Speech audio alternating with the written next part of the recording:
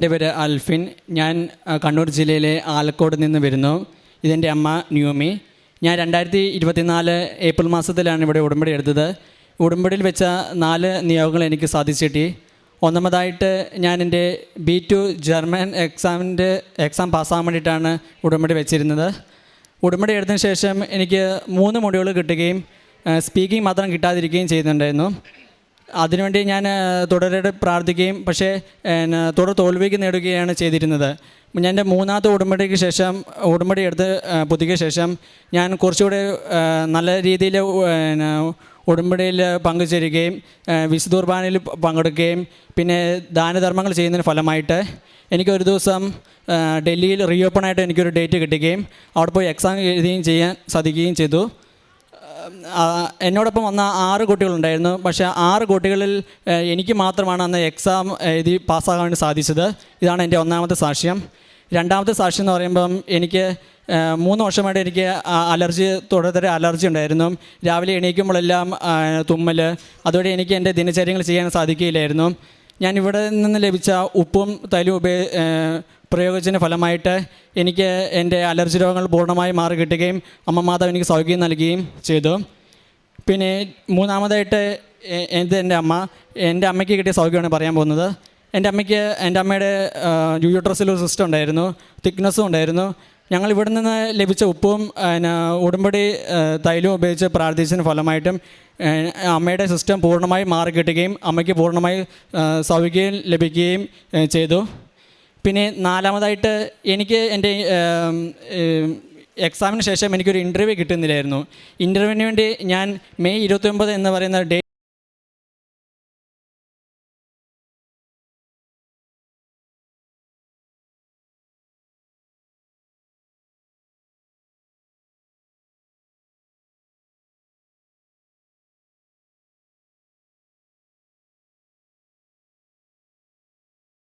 ഇത്രയും ചെയ്തു തന്ന എൻ്റെ അമ്മ മാതാവിനും ദേവകുമാരനും ഒരുപാട് നന്ദി. ഉണ്ടായെന്ന് പറഞ്ഞാൽ എനിക്ക് പണ്ടൊക്കെ എനിക്ക് ഉടമ്പടി എടുക്കുമ്പോൾ മറ്റുള്ളവരോട് എനിക്ക് ക്ഷമിക്കാൻ സാധിക്കില്ലായിരുന്നു. ഉടമ്പടി എടുത്തതിന് ശേഷം എനിക്ക് മറ്റുള്ളവരോട് എനിക്ക് പൂർണ്ണമായും ക്ഷമിക്കാൻ സാധിക്കുകയും ചെയ്യുന്നു.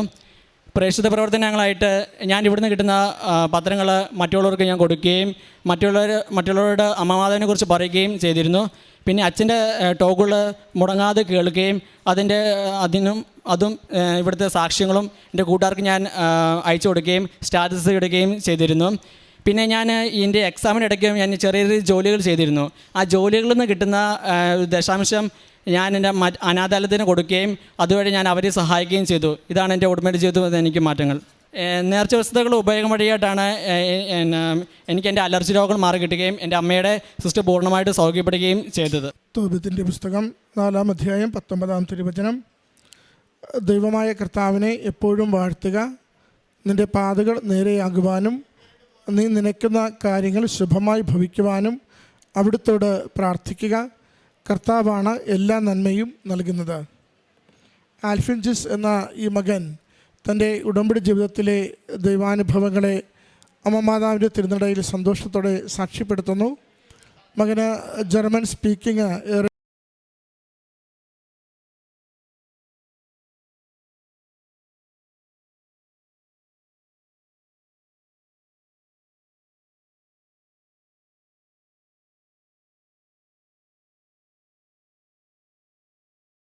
ലഭിക്കുന്നതിന് വേണ്ടിയും ജർമ്മനിയിൽ പോകുവാനുള്ള മറ്റു കാര്യങ്ങളെല്ലാം അമ്മ മാതാവ് സമയച്ചുരുക്കത്തിൽ ഓരോന്നും ക്രമീകരിച്ച് കൊടുത്തതിനെയുമാണ് സാക്ഷ്യത്തിൽ പങ്കുവയ്ക്കുക. പ്രത്യേകിച്ച് അത് മെയ് മാസത്തോടുകൂടി ഇൻ്റർവ്യൂ പാസ്സാകുവാൻ മകന് സാധിച്ച വിഷയത്തെയും മകന് പ്രത്യേകമായിട്ട് സാക്ഷ്യപ്പെടുത്തുന്നുണ്ട്. അമ്മ മാതാവ് നമ്മുടെ ജീവിതത്തിൽ ഇടപെടുന്നത് നാം ഉടമ്പടിയിലായിരിക്കുമ്പോൾ ഉടമ്പടിയിൽ നാം എങ്ങനെയാണോ ജീവിതം വിശ്വസ്തതയിൽ മുന്നോട്ട് കൊണ്ടുപോവുക, നമ്മുടെ ജീവിതത്തിൻ്റെ ക്രമീകരണം നാം എങ്ങനെയാണോ ദൈവസ്നേഹത്തോടുകൂടി അത് മാറ്റുക, അതെപ്പോഴും ദൈവസന്നിധിയിൽ നമ്മുടെ പ്രാർത്ഥനകൾ വേഗം ഫലമണിയുന്നതിന് കാരണമാകും. മകന് വലിയ സ്ഥിരവരുമാനമുള്ള ജോലിയൊന്നും ആയില്ലെങ്കിൽ കൂടിയും അവൻ ചെയ്തിരുന്ന താൽക്കാലിക ജോലികളിൽ നിന്ന് ലഭിച്ചിരുന്ന ആ വേതനത്തിൻ്റെ ദശാംശം കൃത്യമായും അത് മറ്റുള്ളവർക്ക് നന്മ ചെയ്യുവാൻ വേണ്ടി ഉപയോഗിച്ചുവെന്ന് മകൻ വാക്കുകളിൽ സാക്ഷ്യപ്പെടുത്തുന്നുണ്ട്. അത് ചെറുതല്ല, അത് ത്യാഗത്തോടുകൂടി ദൈവസ്നേഹത്തെ പ്രതി മറ്റുള്ളവർക്കായി നാം ചെയ്യുന്ന വലിയ പ്രവൃത്തിയാണ്. അങ്ങനെ ജീവിതത്തിൽ നിന്ന് ദൈവസ്നേഹത്തെ പ്രതി മറ്റുള്ളവർക്ക് വേണ്ടി ചെയ്യുന്നതെല്ലാം ദൈവസന്നിധിയിൽ നമുക്ക് അനുഗ്രഹത്തിന് കാരണമായി മാറിക്കൊണ്ടിരിക്കും. അതിൻ്റെ സാക്ഷ്യമാണ് ഈ മകൻ പങ്കുവയ്ക്കുക. അതോടൊപ്പം അമ്മയ്ക്കുണ്ടായ ഒരു രോഗാവസ്ഥയിൽ അത് ഉടമ്പടി തൈലം ഉപയോഗിച്ച് മാത്രം പൂർണ്ണമായ ആരോഗ്യം വീണ്ടെടുക്കുവാൻ സാധിച്ചതിനെയും സന്തോഷത്തോടെ മകൻ സാക്ഷ്യപ്പെടുത്തുന്നുണ്ട്. ഈ മകനും കുടുംബത്തിന് ലഭിച്ച ഓരോ നന്മകൾക്കും അമ്മ മാതാവിനും തിരുക്കുമാരനും നന്ദി പറഞ്ഞുകൊണ്ട് കരങ്ങളടിച്ച് ഈ സാക്ഷ്യം നമുക്ക് സമർപ്പിക്കാം. ദൈവനാമം മഹത്വപ്പെടട്ടെ. അത്യപൂർവ ദൈവാനുഭവങ്ങൾ ഇനി നിങ്ങൾക്കും സ്വന്തം.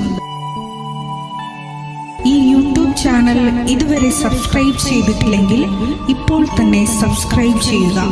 ഈ വീഡിയോ ഇപ്പോൾ തന്നെ നിങ്ങളുടെ സുഹൃത്തുക്കൾക്ക് ഷെയർ ചെയ്തുകൊണ്ട് കർത്താവിൻ്റെ പ്രേക്ഷിതരാകുക.